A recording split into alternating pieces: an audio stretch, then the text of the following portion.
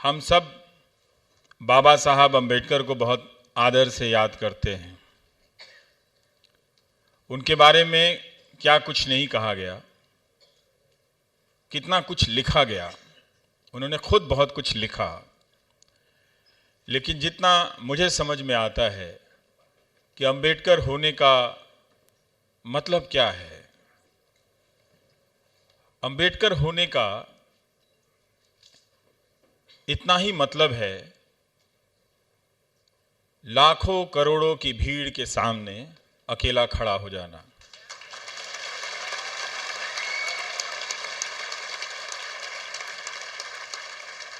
जो अफसरान आज नहीं आ सके, वो अम्बेडकर का मतलब नहीं जानते थे। अगर वो बाबा साहब की जिंदगी के बारे में जानते तो उन्हें ये पता होना चाहिए था कि डॉक्टर अम्बेडकर का मतलब निर्भय होना है।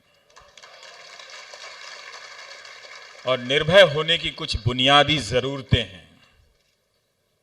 उनमें से एक है जानना, जानते रहना। आप उनकी जिंदगी में झांक कर देखिए तो कितने सारे विषय मिलेंगे, कितना कुछ लिखा हुआ मिलेगा, कितना कुछ बोला हुआ मिलेगा। वो लगातार जानते गए और जो जान रहे थे उसे आजमाते गए, इसीलिए वो डॉक्टर अम्बेडकर बन पाए। और जिस हालात में बने, उस हालात में उनके लिए क्या था? उनके लिए कुछ भी नहीं था सिवाय उस साहस के जो उन्हें पूरी भीड़ के सामने अकेला खड़ा कर देती है। ये अम्बेडकर के होने का मतलब है। हमने डॉक्टर अम्बेडकर को गंवा दिया है। हम उन्हें जानते हैं मगर उन्हें जानने का अभ्यास नहीं करते हैं। हम उनका लिखा पढ़ते हैं मगर लिखा हुआ आजमाने का अभ्यास नहीं करते हैं। अगर हम कर रहे होते तो आज ये तरह तरह की बुज़दिली हम पर हावी नहीं हुई होती।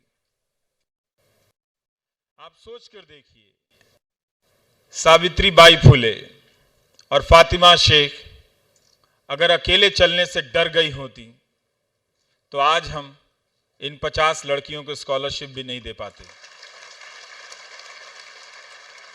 उनका जीवन क्या है?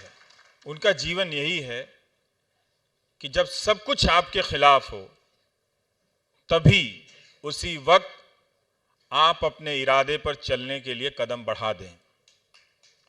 जो कदम पीछे खींच लेते हैं वो अपने साथ, अपने वर्तमान के साथ और इतिहास के साथ बहुत नाइंसाफी करते हैं।